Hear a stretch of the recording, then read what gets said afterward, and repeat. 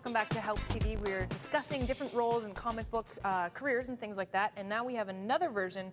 It's called a colorist, Dean? That's right. Okay, Dean is a colorist. Now, what exactly does that mean?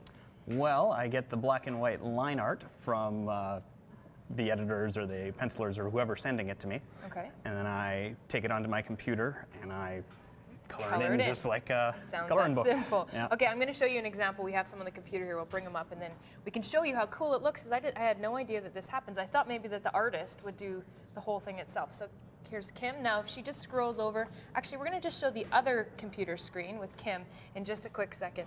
Here we go. And now, Kim, if you scroll back and forth over it, there we go. And you can see, now you're adding all that color into there. It makes a huge difference. Yeah. Yeah, and Kim, I think you have another one. That's really cool. And so the artist doesn't do both? That's what I assumed. Some people do, but it's a major process, a lot of work to get a comic out in a month. So generally they break it up to about 6 people or something like that. Yeah. Right, and so we were talking about this a little bit earlier. I would imagine that you'd have to have major trust in whoever's doing your coloring, because you don't want to just take some masterpiece you've just made and then have somebody else mess it up. Yeah.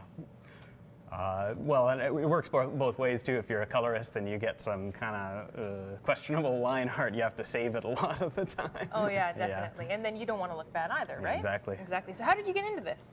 Well, I've always been into computers and I've always been into art and sort of married the two, so it's the career for me. Right, exactly. That's great. Now, I would imagine, such with everything, technology has really changed the way that colors work over the years? Absolutely. So how did it used to be? Well, back in the day, they'd actually use horrible chemicals and ruby lith sheets that you'd put on. You'd cut little chunks out, and it was just nasty. Took forever? It took forever, and it was usually done by secretaries just because no one wanted to do it. The secretaries at the thing, but yeah, it's really evolved since then.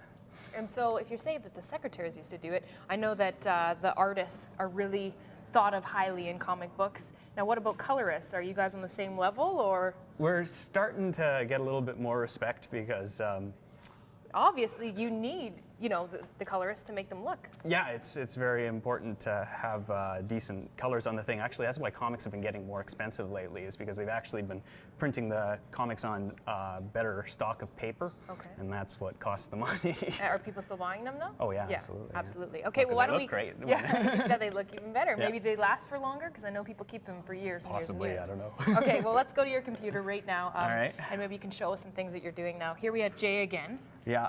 Now, did you create him originally? No.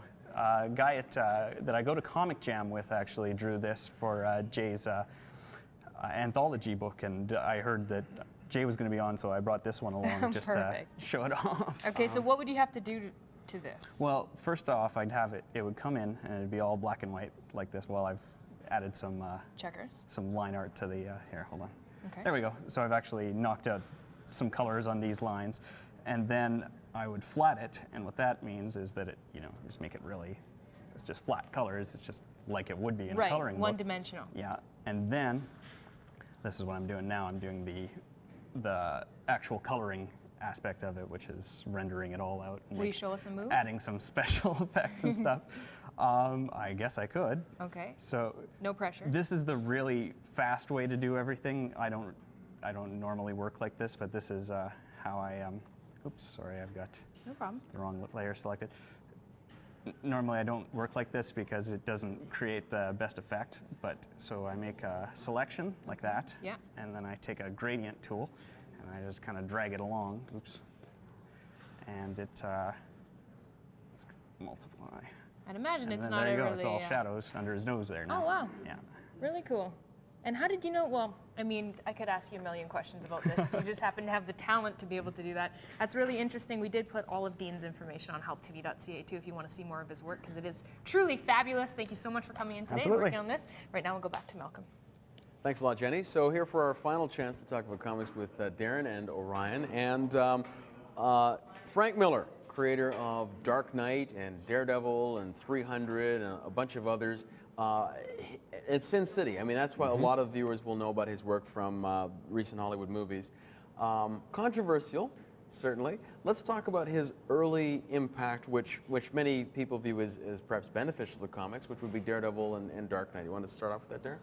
I can start off a little. I mean, I guess in the basic sense, I mean, what Frank Miller did, I'm going to speak specifically about Batman, is I mean, he rescued Batman from the campy wham-socko 70s TV show. 70s, 60s kind of look. Yeah. And, you know, it was like, okay, this is a guy who fights crime by terrifying criminals and pounding them pulp. Right. What's that like? And he brought it up, with, I think, some really good writing, especially compared to what was going on, and a very influential, gritty art style. Yes, it was a very, and I mean this in a positive sense, it was a very ugly comic. I mean, characters didn't look beautiful or pretty. They looked really tired, and they were carrying too many pounds, and and it was a story about Batman coming after 10 years of retirement and re-emerging to the world. And he's almost, I guess the story's kind of inconclusive, but is he a fascist character or not? What do you think, Orion? Well, it depends on how you define fascism, which is a whole question. Whole other unto itself. question, sure. Yeah. What's interesting about it is that he is set up against a really visibly structured fascist character in Ronald Reagan, who is clearly set up as that kind of figure in the history. So arguably what you have is two fascists just battling for dominance. Right, because and you weren't kidding, Reagan is actually a character in the comic. Yes, no, quite literally, yeah. And Superman is his lackey, and this is a large part of the storyline of that.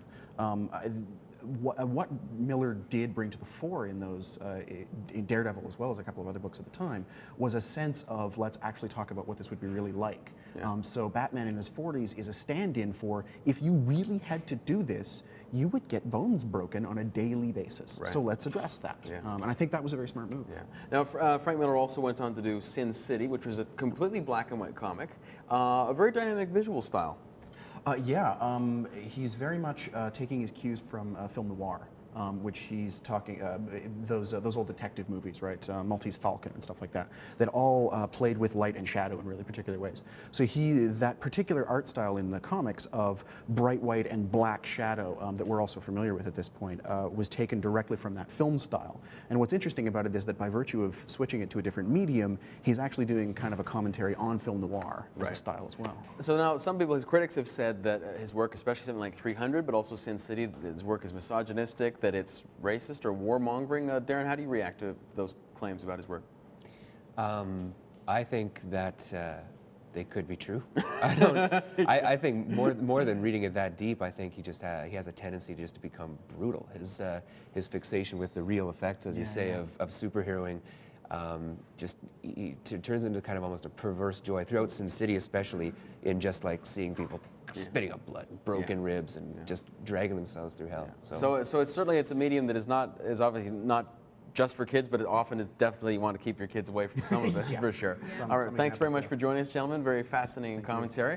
And so, Jenny, you got to see some new stuff about comics, and as you said, you found that even your fiance had a comic connection. No, I do. There, And you know what I love about being on this show is I get to meet different people who have passions that I never even knew anything about before in my life, and that's what's kind of cool about Help TV. It is, yeah. Help TV, great place to be, and thanks to all the guests who joined us today. We'll see you tomorrow for belly dancing. All right. You gonna belly dance? Sure, why not? Okay, well, we do that. Take care. Bye.